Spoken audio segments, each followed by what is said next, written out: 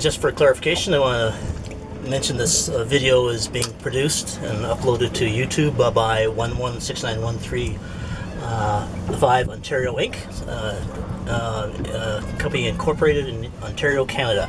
And if you're interested in why I make that statement, you can look at watch our previous episode. I think it's episode 8, concerning how not to be sued on YouTube. So what I want to show you now is this is the sea anchor that's stored away in a pack, and it's so it's very easy to keep handy. It's only about 2 feet long, about 1.5 feet wide, so it's very easy to store. It's if you are out in the ocean any distance from land, then it's almost vital if you are operating a power boat that you need to be held into the waves to prevent swamping. So I'll unpackage that and I'll show you how it works in a minute. Thank you. This is the first time we've ever used the sea anchor, so this is more of a trial and error. And MiQ, I don't think has even seen one before. So it's now laid out on the foredeck here. And as you can see, it's just basically a big sock. It's attached to a line here. And as soon as we get this untangled, to show you, it's just attached to a spare anchor line here. And what we're going to do is, MiQ is just going to toss it over so that it fills with water. Just toss it over. Don't go over with it. Don't go over with it. And I've got the other line here, so don't worry about it. Yeah, toss it over. MiQ is going to just throw this overboard, and we can see what happens. One. You don't have to count. Just throw it overboard. Oh. Throw it overboard. 2, 3. Thank you. Okay, now this is tied on to this line. Just let it go, and it will fill with water eventually. Oh, before I forget, very, very important, don't forget to subscribe to our channel. It should be displayed over to the lower right side of the screen. Is that the right? Or the left side of the screen, sorry. And you don't necessarily have to wait for that button to pop up to subscribe. Just pause the video and scroll over to the left, and you'll see different options there, and it'll show you how to subscribe, how to like, and how to dislike if you want to do it that way. Thank you very much, and I'll continue on with the video now. Okay, so according to MiQ, it's in the cone shape already. Yeah. It's just a matter of having enough waves to turn the stern around, and that's happening right now.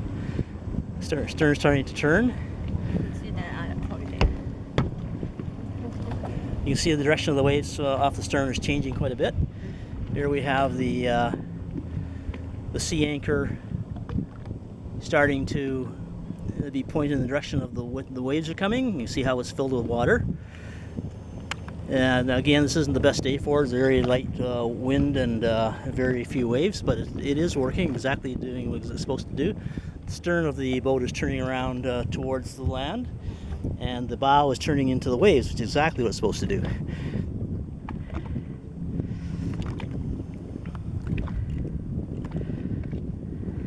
Now with more waves and this would happen a little sooner, but already the boat is turning around, so it's facing the waves. Again, it's a safety feature so that you aren't taking waves.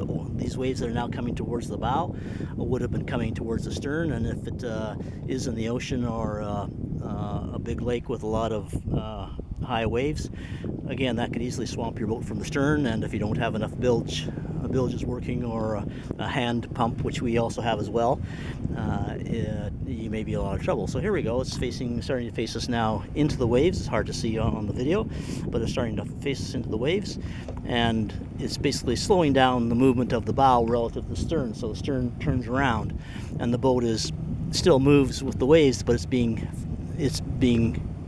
pushed backwards instead of frontwards, and the waves will be hitting the bow instead of the stern. So that's basically it. I'm going to get MiQ to pull this up, and I'll show you how to retrieve it.